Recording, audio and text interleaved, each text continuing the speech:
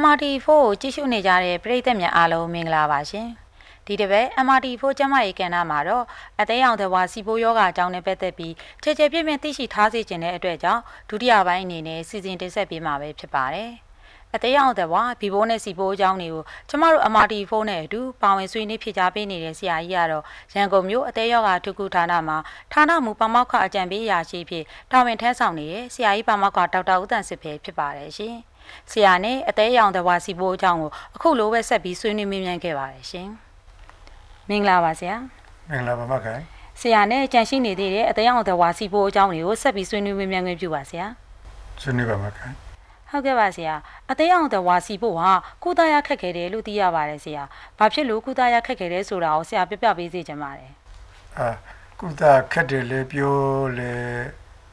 ဖြစ်တာပဲ။ဟုတ်ကဲ့။လွယ်တယ်လို့ပြောလေဖြစ်တာပဲ။ဘာဖြစ်လို့အရင်ကကုသခက်တယ်ဆိုတာကဒီကုသတဲ့နေရာမှာထိရောက်မှုရှိမရှိစမ်းသပ်စစ်ဆေးမှုတွေကနိုင်ငံခြားပို့ရတာဟုတ်ကဲ့ဆရာအဲ့ဒါနဲ့အခက်ခဲရှိတာပေါ့အခုတော့ဗမာပြည်မှာပဲစမ်းလို့ရတဲ့အခါကျတော့ကျွန်တော်တို့ဒီကုသရတာလွယ်လာတယ်ဟုတ်ကဲ့နောက်တစ်ခုကတော့ကုသရတာခက်တယ်ဆိုတော့ခုနဟိုအရင်ပထမပိုင်းကပြောတဲ့ side effect တွေပေါ့ side effect တွေကအဲ့ဒီကိုလက်ကိုက်ခဲတာတို့ဟုတ်လား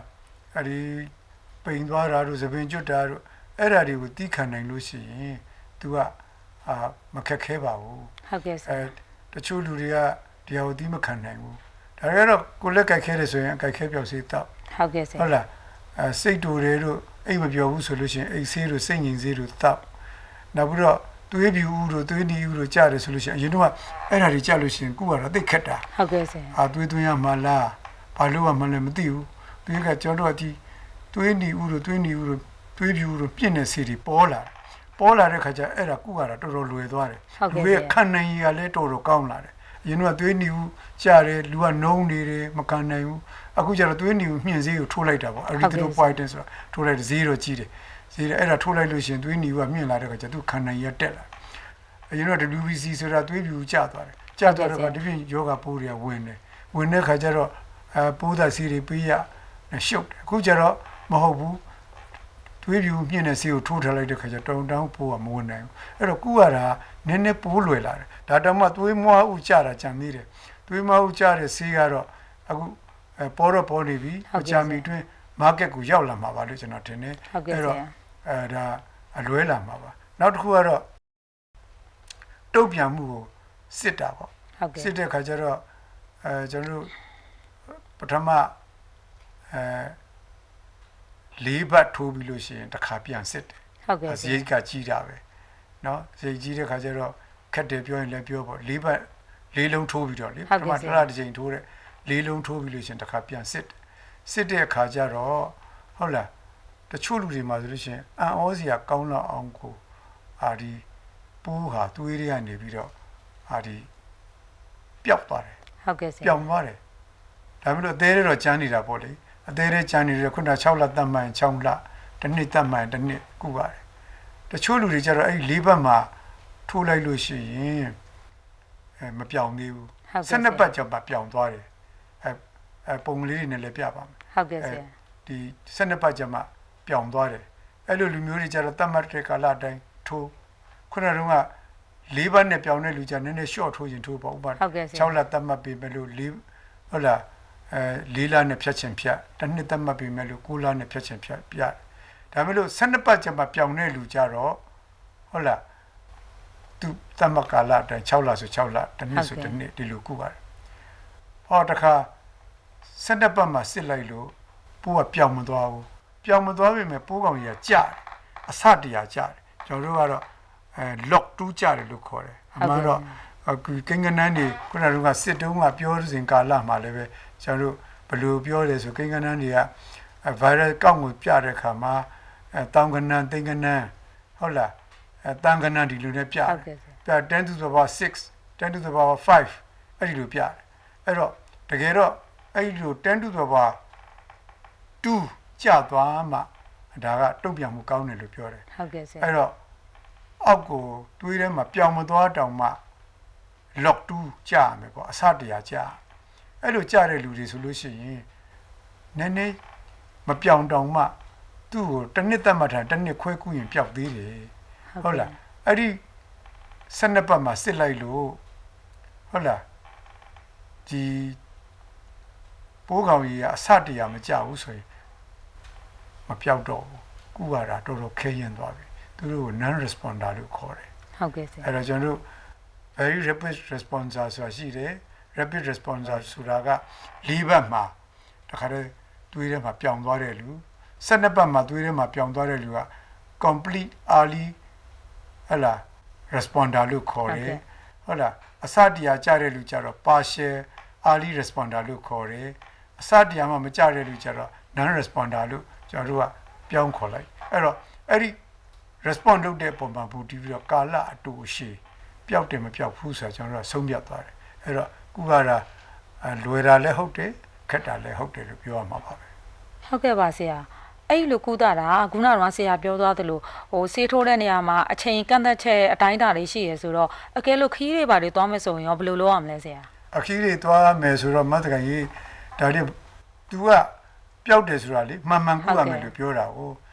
80ဥပဒေတာဆိုတော့တတ်မှတ်ထားတဲ့စီထုကာလရဲ့80ရာခိုင်နှုန်းတတ်မှတ်ထားတဲ့ဆေးချိန်စားရဲ့80ရာခိုင်နှုန်းတတ်မှတ်ထားတဲ့စားစည်းရဲ့80ရာခိုင်နှုန်းအနည်းဆုံးအဲ့လောက်ပြည့်မီမယ်ဆိုလို့ရှိရင်ပျောက်နှုန်းကကောင်းတယ်လို့ तू ကပြောတာကိုပြောတယ်ဆိုတော့ဒီဟာမပြစ်မကွက်ရအောင်ဟုတ်လားရေခဲဘူးလေးနဲ့တည်သွားရမယ်နိုင်ငံခြားသွားဆိုလည်းတည်သွားနိုင်ငံခြားဒီဗမာပြည်လာတယ်ဆိုလည်းတည်လာအဲ့လိုကိုတည်သွားပြီးတော့ထိုးရတယ်အဲ့ဒါမှမပြစ်မှာအဲ့လိုအစီအစဉ်တွေလည်းကျွန်တော်တို့လုပ်ပေးပါတယ်တကယ်တော့လေရေခဲဘူးလေးတွေပါရင်းနဲ့အစီအစဉ်လုပ်ပေးပါတယ်ဟုတ်ကဲ့ပါဆရာစီဘိုးဝင်ပြီးပျောက်တာမပျောက်တာကိုဆရာတို့ဘယ်လိုဆုံးဖြတ်ပါသလဲဆရာပျောက်မပျောက်ကိုပိုးကောင်ရင်နဲ့ပဲဆုံးဖြတ်တာဟုတ်ကဲ့ဆရာသွေးထဲမှာပိုးကလုံးဝမတွေ့အောင်ထိကုတာအဲ့တော့ကျွန်တော်တို့6လသတ်မှတ်တယ်6လထိုးတယ်6လရဲ့အဆုံးမှာသွေးတစ်ခါစစ်လိုက်စစ်လိုက်တဲ့အခါမှာပိုးမတွေ့ရအောင် undetectable ဖြစ်ရဟုတ်ကဲ့ဆရာဖြစ်ပြီးတော့သူ့ကိုဆက်ပြီးလိုက်ကြည့်ပြီး6လနေတဲ့ခါကျတစ်ခါပြန်စစ်ဟုတ်ကဲ့စစ်တဲ့ခါကျအဲ့ဒီချိန်မှာလဲပိုးမတွေ့ရအောင်အဲ့ဒါဆိုလို့ရှိရင်ကျွန်တော်တို့က sustain responder လို့ခေါ်တယ် sustain ဆိုတာပိုးကိုဆေးကအကြာကြီးဟုတ်လားနှိမ်ထားနိုင်တယ် sustain responder လို့ခေါ်တယ်တနည်းပြောရရင်ပျောက်တာပါပဲပျောက်တာပါပဲအဲ့တချို့လူတွေကျတော့အဲ့လိုမဟုတ်ဘူး6လမှာပြန်စစ်လိုက်တဲ့အခါကျတော့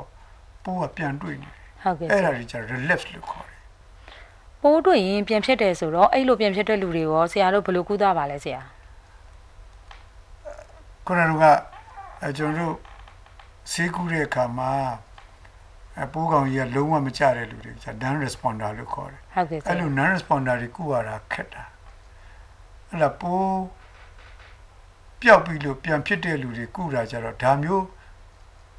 တကြော့ပြန်ကုတာပဲတကြော့ပြန်ကုတဲ့အခါမှာခုနကကျွန်တော်တို့90 80ရာခိုင်နှုန်းပျောက်တယ်လို့ပြောပြီးမယ်လို့ဒီတစ်ခါကျတော့ပြန်ကုတဲ့ခါကျတော့သူ့ရဲ့ပျောက်နှုန်းကနည်းနည်းနေသွားတယ်ဟုတ်ကဲ့ဆရာ20ရာခိုင်နှုန်း25ရာခိုင်နှုန်းအဲ့လောက်ပဲရှိတော့တယ်ဒါပေမဲ့ကုတဲ့ဆေးချိန်စားကိုမြင့်ပြီးတော့ကုတာတွေရှိတယ်ဟုတ်လားကုသတဲ့ကာလကိုတစ်နှစ်မဟုတ်ဘဲနဲ့တစ်နှစ်ခွဲကုတာတွေရှိတယ်အဲ့ဒီလိုဟုတ်လားပြောင်းပြီးတော့ကုကြပါတယ်ဟုတ်ကဲ့နောက်တစ်ခုကတော့ဒီမခိုင်ဒီပုံလေးကြည့်လိုက်ပါဟုတ်ကဲ့ဒီပုံလေးကတော့ဒီ virus ပွားတဲ့ပုံလေးပေါ့ဟုတ်ကဲ့ဆရာ virus ပွားတဲ့ virus ကိုတစ်ပိုင်းချင်းပြထားတယ်အဲ့ဒီ virus မှာဆိုလို့ရှိရင်ပထမသူ့ရဲ့အပေါ်ကအခွန်ဟုတ်လားenvelope ပေါ့ envelope protein ဆိုတာ envelope protein E1 E2 ဆိုပြီးတော့ပြထားတယ်အောက်ကတစ်ခါအခွန် protein ပြထားတယ်အဲ့ဒီ ခွန် protein ပုံလေးပြတာပေါ့လေဟုတ်ကဲ့ဆရာအဲ့ဒီ virus လေးကထဲထဲကိုဝင်လာတဲ့အခါကျတော့ခန္ဓာကိုယ်ထဲကိုဝင်လာတဲ့အခါကျတော့အဲ့ဒီမှာခန္ဓာကိုယ်ထဲမှာသူ့ရဲ့ကုတ်ကိုချွတ်လိုက်တယ်ဟုတ်ကဲ့ဆရာအပေါ်ဆုံးကုတ်ကိုချွတ်လိုက်တယ်ချွတ်လိုက်ပြီးတော့ဒုတိယဟုတ်လားကုတ်ကိုလည်းချွတ်ပြန်တယ်ချွတ်တဲ့အခါကျတော့ခုနက virus လေးဟုတ်ကဲ့တချောင်းနဲ့တခင်လေးထွက်လာတယ်ထွက်လာပြီးတော့ခန္ဓာကိုယ်ထဲကနေပြီးတော့ protein တိဆောက်တဲ့ဟုတ်ကဲ့ဆရာ endoplasmic reticulum တို့ ribosome ဆိုတဲ့ထဲကိုသူကစိုက်တယ်ဟုတ်ကဲ့စိုက်ပြီးတဲ့အခါကျတော့အဲ့ဒီထဲမှာသူ့အတွက်လိုတဲ့ protein တွေကိုထုတ်လိုက်တယ်ထုတ်လိုက်တဲ့အဲ့ဒီ protein အတန်းကြီးထွက်လာတယ်အဲ့ဒီအတန်းကြီးကိုထွက်ပြီးတော့မှတပိုင်းချင်းကိုလိုသလိုဖြတ်ယူရတယ်အဲ့ဒီထဲမှာကြည့်လိုက်မယ်ဆိုလို့ရှိရင်ဟုတ်လား အရေးကြီးတဲ့ enzyme နှစ်ခုရှိတယ် protease enzyme ဆိုတာရှိတယ် polymerase enzyme ဆိုတာရှိတယ်အဲ့ဒီ protease enzyme လေးကသူကခန္ဓာကိုယ်ကနေပြီးတော့ဒီ enzyme တစ်ခုက protease enzyme ကိုသွားဖြတ်လိုက်တယ်ဖြတ်လိုက်တော့ protease enzyme ပေါ်လာတဲ့ခါကျတော့အဲ့ဒီ polymerase enzyme ဆိုတာကိုသွားဖြတ်လိုက်တော့အဲ့ဒီ polymerase enzyme ကဒီ virus ကိုပွားစေတာကိုဟုတ်ကဲ့ဆရာပွားစေရတော့အဲ့ဒီ mechanism ကိုသုံးပြီးတော့ကျွန်တော်တို့ကဆေးထွင်တယ်ဆေးထွင်တာပါလေ protease ကိုသွားပိတ် protease ကိုသွားပိတ်ရင် protease မပွားနိုင်တော့ protease inhibitor လို့ခေါ်တယ်ဟုတ်ကဲ့ဆရာနောက်တစ်ခါ virus ပွားတဲ့ polymerase ကိုပိတ် polymerase inhibitor အဲ့ဒီလိုဆေးအသစ်တွေနီးတွေကိုကျွန်တော်တို့စမ်းနေစေပါစမ်းစေပါအဲ့ဒါတွေပေါ်လာလို့ရှိရင်တော့ပို့ပြီးတော့လွယ်ကူလာမယ်ပို့ပြီးတော့ပြောင်းနှုံးများမယ်လို့ထင်ရပါတယ်ဒီပုံလေးကိုကြည့်လိုက်ပါ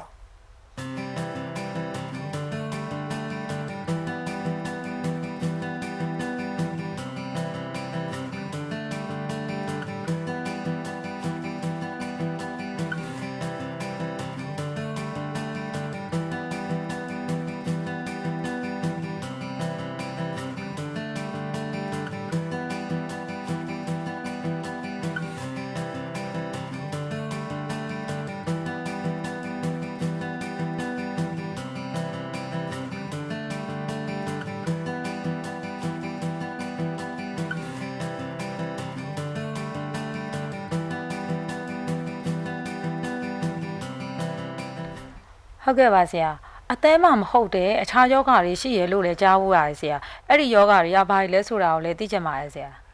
အသေးမှမဟုတ်တဲ့လက္ခဏာတွေလေဟုတ်ကဲ့ဆရာလက္ခဏာတွေအဲ့ဒီလက္ခဏာတွေတော့တကယ်တော့အများကြီးပဲဒါပေမဲ့လို့အဖြစ်များပြီမလို့အတိနေတဲ့လက္ခဏာတွေဟုတ်ကဲ့ဆရာတချို့လူတွေမှာဆိုလို့ရှိရင်ဒီခန္ဓာကိုယ်ထဲမှာဒီပဋိပစ္စည်းတွေအေးရင်ခဲတယ်ဟုတ်ကဲ့အဲ့လိုcryoglobulinemia လို့ခေါ်တယ်အဲ့လို cryoglobulinemia တွေဖြစ်တယ်အဲ့ဒါတွေကအာရုံကြောတွေဟိုဆိုင်းစေတယ်ထုံစေတယ်အဲ့ဒါမျိုးတွေရရတယ်နောက်ပြီးတော့ကြောက်ကယောဂါကိုလည်းဖြစ်စေတယ်အယိုးအစစ်ကိုလည်းနာစေတယ်အနိုးစစ်နာတဲ့ယောဂါတွေလည်းဖြစ်တယ်နောက်ပြီးတော့သွေးပြူဥကင်ဆာတွေလည်းဖြစ်တယ်ဟုတ်ကဲ့အရည်ပြားယောဂါတွေလည်းဖြစ်တယ်အရည်ပြားမှာဟုတ်လားသွေးရည်ဥတာတွေဖြစ်တယ်နောက်ပါးစပ်ခြောက်တာတွေမျက်လုံးခြောက်တာတွေအဲ့ဒါတွေဖြစ်တယ်နောက်ပြီးတော့လေပင်ချိတ်ဟော်မုန်းပေါ့နော်အဲ့ဒီလုပ်ငန်းပြတ်တဲ့ဟာတွေလည်းဖြစ်တယ်အမှန်ကတော့အများကြီးပါပဲဒီလောက်ပဲပြောပြရစီတော့ဟုတ်ကဲ့ပါဆရာစီပိုးနဲ့စီးကြိုတွဲဖြစ်တယ်လို့လည်းကြားဦးပါတယ်ဆရာဒီအကြောင်းကိုလည်းနည်းနည်းလောက်ပြောပြပေးပါအောင်ရှင်ဒီ1996ခုနှစ်လောက်ကထင်တယ်စပိန်နိုင်ငံမှာသူတို့လေ့လာလိုက်တဲ့ခါကျတော့စီးကြိုသမားတွေမှာစီပိုးဖြစ်တဲ့နှုန်းက4ဆလောက်တာမန် population နဲ့တက်နေတယ်ဟုတ်ကဲ့ဆရာတက်နေတော့ဒီစီပိုးနဲ့စီးကြိုဆက်ဆက်နေမလားသူတို့ဒီလိုတွေးကြတယ်ဟုတ်ကဲ့ဆရာအမေရိကန်နိုင်ငံမှာလည်းဒီလိုပဲအရင်ကတော့ဗောလေအသေး6လို့ရှိရင်စီးကြိုဖြစ်တယ်ဒါသိပြီးသားဟုတ်ကဲ့ဆရာဒါပေမဲ့လို့စီပိုးရှိတဲ့လူတွေကိုလေ့လာလိုက်တဲ့အခါကျတော့အသေးမ6ခင်မှာကိုစီးကြိုကဖြစ်နေတာတွေ့ရတယ်အဲ့ဒါကြောင့်မို့စီပိုးနဲ့စီးကြိုဟာတွဲမယ်လို့ထင်ရတယ်ပေါ့လေမာနိုင်ငံမှာလည်းပဲကျွန်တော်တို့မဟာသိပ္ပံကျမ်းပြုတဲ့လူတစ်ယောက်နှစ်ယောက်ကအဲ့ဒီသွေးလူရှင်တွေမှာပေါ့လေစီပိုးရှိတဲ့လူတွေစီပိုးသွေးလူပိုးလာတယ်စီပိုးရှိတယ်သူတို့မှာစီဂျိုလေးစမ်းကြည့်လိုက်တဲ့အခါကျတော့နည်းနည်းစီပိုးနဲ့စီဂျိုဆက်နေတာကိုတွေ့ရတယ်တခုရှိတာကစီပိုးရှိရင်ဟုတ်လားအဲ့ဒီလူတွေမှာဟုတ်လားစီဂျိုကဖြစ်တတ်တယ်ဟုတ်ကဲ့ဖြစ်တတ်တယ်မျိုးရိုးကလည်းစီဂျိုရှိတယ်ဝါလဲရတယ်ဆိုရင်စီဂျိုကဖြစ်မှာပဲအဲ့တော့နည်းနည်းအဲ့လိုစီဂျိုနဲ့စီပိုးနဲ့တွဲလို့ရှိရင်ကုရတာလည်းနည်းနည်းခက်တယ်ကြောက်တုံးလည်းနည်းနည်းနေတယ်အဲ့ဒါကြောင့်မို့စီပိုးရှိတဲ့လူတိုင်းကိုစီဂျိုစစ်ရမယ်စီဂျိုရှိတဲ့လူတိုင်းကိုလည်းစီပိုးစစ်ရမယ်လို့ကျွန်တော်ထင်တယ်ဟုတ်ကဲ့ပါဆရာစီပိုးနဲ့ HIV တွဲဖြစ်ရတဲ့အကြောင်းရင်းတွေကိုလည်းပြောပြပေးပါအောင်ဆရာ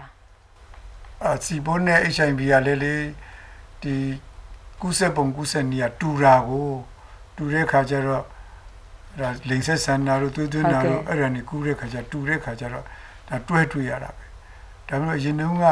HIV တွေကမြန်တည်သွားတော့စီပိုးကဒါရာရှိ10နှစ်15နှစ်ကြာမှပေါ်တာလေခုနကမခိုင်ကိုပြောခဲ့တဲ့အသေးရောင်နေအသေး6တွေအသေးကန်ဆာဖြစ်တယ်ဆိုတာဒီဟာတွေဖြစ်တာ10နှစ်15နှစ်ကာလအတွင်းမှာ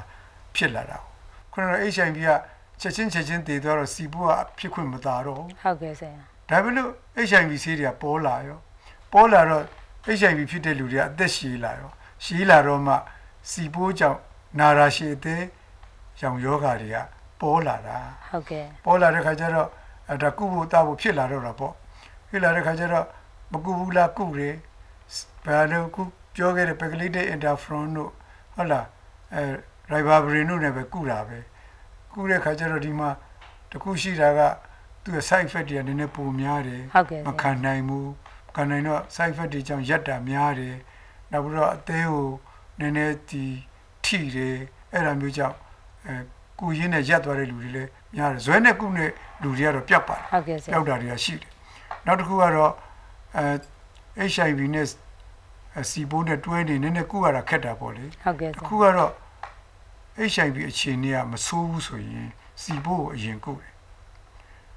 HIV အခြေအနေကဆိုးတယ်ဆိုရင် HIV ကိုအရင်ကုတယ်ဟုတ်တယ် HIV တသက်လုံးကုရမှာကိုအဲ့ဒီမှာ HIV ပိုးတွေသွေးထဲမှာပြောင်းသွားမှစီပိုးကျွန်တော်တို့ဆက်ကုတယ်အဲ့ဒီလိုအနေထားမှာရှိပါတယ်နောက်ပြီးတော့စီပိုးက HIV ရှိရင်ပိုးကောင်ကြီးသိပ်များတယ်ဟုတ်ကဲ့တာမန်အဖြစ်အမေကနေပြီးတော့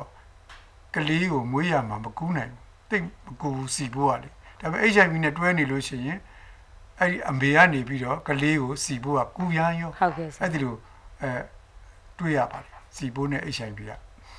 ဟုတ်ကဲ့ပါဆရာစီပိုးနဲ့ဘီပိုးတွဲဖြစ်တဲ့လူတွေအကြောင်းကိုလည်းပြောပြပေးပါအောင်ဆရာစီပိုးနဲ့ဘီပိုးကလည်းတွဲဖြစ်ကြတာပဲဟုတ်ကဲ့တွဲဖြစ်တော့ယောဂတစ်ခုရှိရင်ကိုအသေးချောက်အသေးရောင်ဖြစ်တယ်ဆိုတော့နှစ်ခုတွဲဖြစ်တယ်ဆိုတော့အသေးချောက်အသေးရောင်ဖြစ်ဖို့ပုံများတာပေါ့ဟုတ်ကဲ့ဆရာနောက်တစ်ခုကတော့ဘီပိုးရဲ့သဘာဝကဒီအသေး6စီဖြစ်စီမ6စီဖြစ်စီကင်ဆာအချိန်ကြီးဖြစ်နိုင်စီပိုးကတော့ဟုတ်လားအသေး6ပြီးမှအသေးကင်ဆာဖြစ်တယ်အဲ့တော့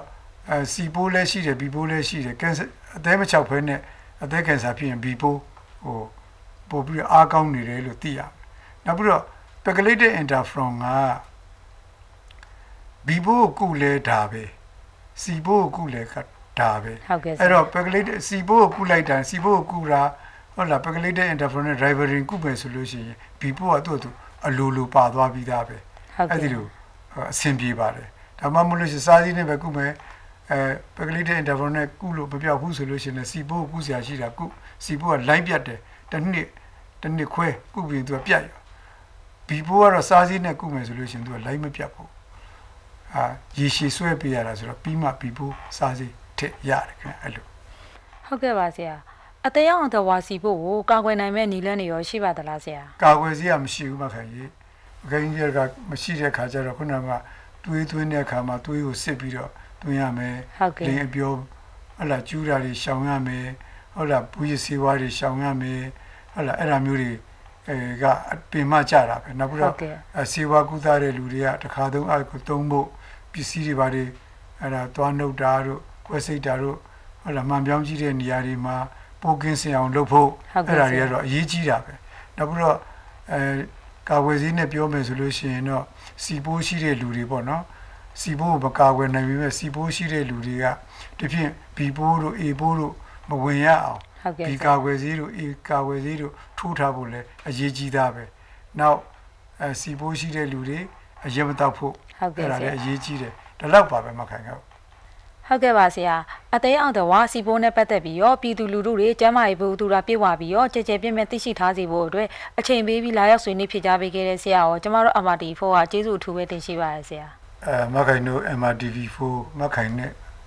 အဖွဲ့သားအလုံးကိုအထူးကျေးဇူးတင်ပါတယ်ဟုတ်ကဲ့ပါစီပိုးကပြည်သူလူထုတည်တင်နေတာကြာပြီ